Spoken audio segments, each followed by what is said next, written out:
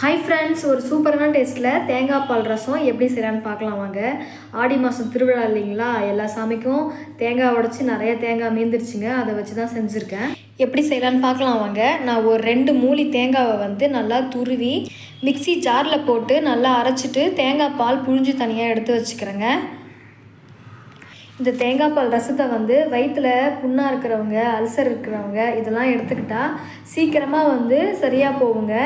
அதே மாதிரி பனி நாளில் வாயிலெல்லாம் சுற்றி காயமாக இருக்கும் இல்லைங்களா, அப்பையும் இந்த மாதிரி எடுத்துட்டோம்னா நல்லா சீக்கிரமாகவே குணமாகுங்க.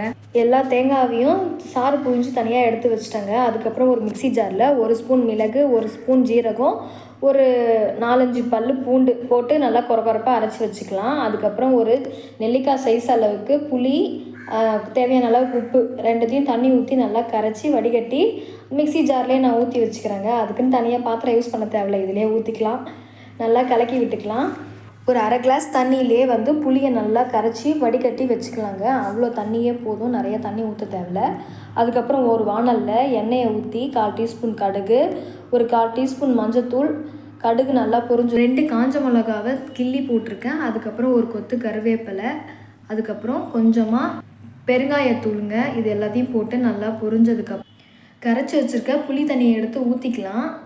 புளி தண்ணி நல்லா சுற்றி நுர கட்டி வரக்குள்ளே தேங்காய் பாலை எடுத்து ஊற்றிக்கலாங்க. தேங்காய் பாலில் ஊற்றினதுக்கப்புறம் கொதிக்க வைக்க தேவையில்ல, ஸ்டவ் ஆஃப் பண்ணிடலாங்க. அவ்வளோதாங்க, சூப்பரான தேங்காய் பால் ரசம் ரெடி ஆகிடுச்சு. உங்களுக்கும் பிடிச்சிருந்தா நீங்களும் செஞ்சு பாருங்கள். மறக்காமல் என்னோட சேனலை சப்ஸ்கிரைப் பண்ணுங்கள், லைக் பண்ணுங்கள், கமெண்ட் பண்ணுங்கள். தேங்க்ஸ் ஃபார் வாட்சிங்.